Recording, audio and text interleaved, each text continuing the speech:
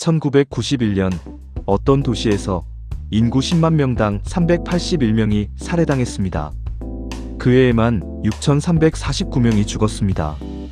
유엔이 정의하는 풍토적 폭력 기준의 40배에 가까운 수치였고 인류 역사상 어떤 도시도 이 기록을 넘지 못했습니다.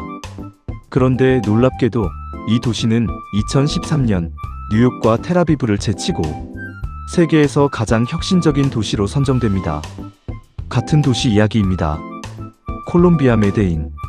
오늘은 이 도시가 30년도 안 되는 시간 동안 어떻게 이렇게 극단적으로 달라졌는지, 그리고 그 이면에는 무엇이 있었는지 이야기해 보겠습니다. 먼저 최악의 시절부터 보겠습니다.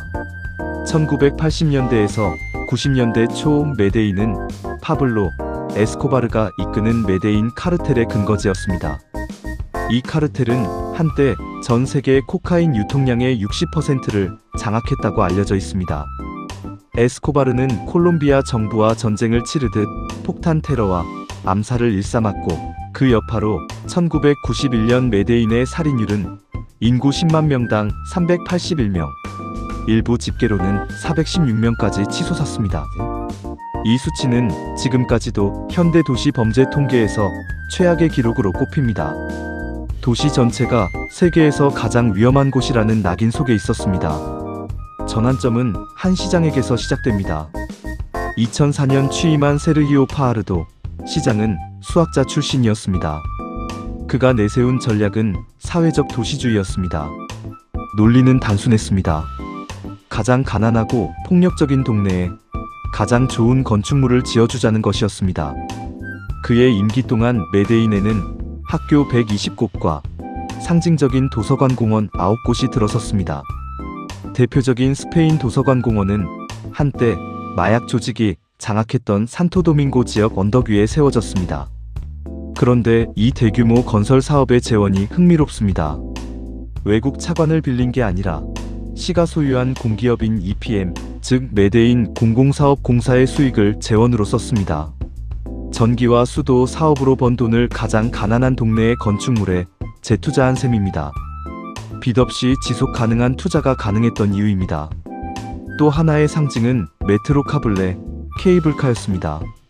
메데인은 산으로 둘러싸인 분지 도시라 가난한 사람들은 대부분 산 중턱 비탈에 살았습니다. 그런데 그 비탈에는 도로도 대중교통도 제대로 닿지 않았습니다. 도심까지 걸어서 한두 시간이 걸리는 게 예사였습니다. 2004년 메데인은 이 산동네와 지하철을 케이블카로 연결하기 시작했습니다. 요금은 지하철과 똑같이 책정했습니다. 가난한 동네 주민도 부자 동네 주민과 같은 값에 도심으로 나올 수 있게 된 겁니다. 물리적 거리보다 더 중요했던 건 이 도시에서 배제되어 있던 사람들이 처음으로 연결됐다는 감각이었습니다. 가장 극적인 사례는 코무나 13입니다. 이 동네는 80년대부터 게릴라와 갱단, 준군사 조직이 뒤엉켜 콜롬비아에서 가장 위험한 지역 중 하나로 꼽혔습니다. 2002년 정부는 3,000명의 병력과 헬기까지 동원한 오리온 작전을 벌여 이 지역을 진압했습니다. 이 작전은 주민 강제 이주 등 논란도 컸지만 이후 코무나 13은 메데인 재건의 상징으로 바뀌어갑니다. 2011년 가파른 계단 350개를 오르내려야 했던 주민들을 위해 야외 에스컬레이터가 설치됐습니다.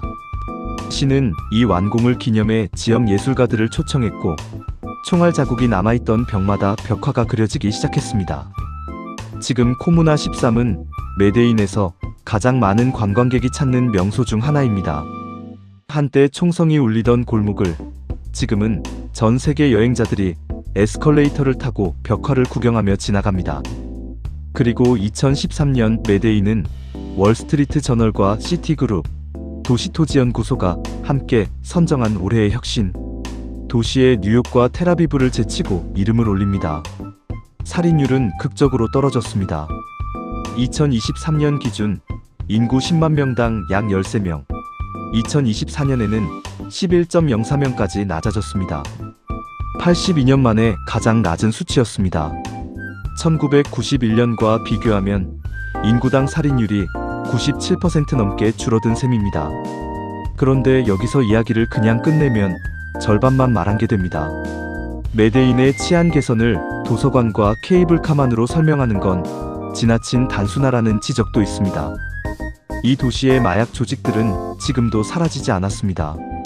오피시나대 엠비가도라 불리는 범죄 연합체가 여전히 도시의 뒷골목 경제를 조율하고 있고, 취재진과 연구자들은 2013년 무렵부터 여러 갱단 사이에 일종의 불문율, 이른바 갱단 간 평화협정이 자리 잡으면서 살인이 줄었다는 분석도 내놓고 있습니다. 실제로 2023년 한 해에만 메데인과 인근 안티오키아주에서 발생한 공갈 갈취 사건이 1797건에 달했습니다. 즉 폭력의 형태가 총격에서 조용한 착취로 옮겨갔을 뿐이라는 시각도 있는 겁니다. 메데인의 변화를 한 문장으로 정리하기는 어렵습니다. 사회적 도시주의는 실제로 작동했습니다.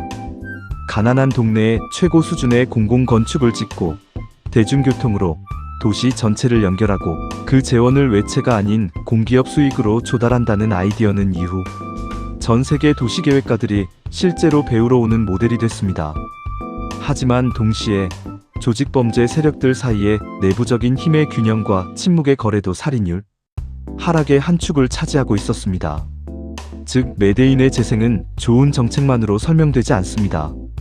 정치적 의지와 지속 가능한 재원, 그리고 우리가 눈여겨보지 않았던 어두운 변수까지 뒤섞인 결과였습니다. 화려한 벽화와 케이블카 뒤에서 도시가 실제로 무엇을 대가로 치렀는지 이 도시를 방문하는 사람이라면 한 번쯤 생각해 볼 만한 질문입니다.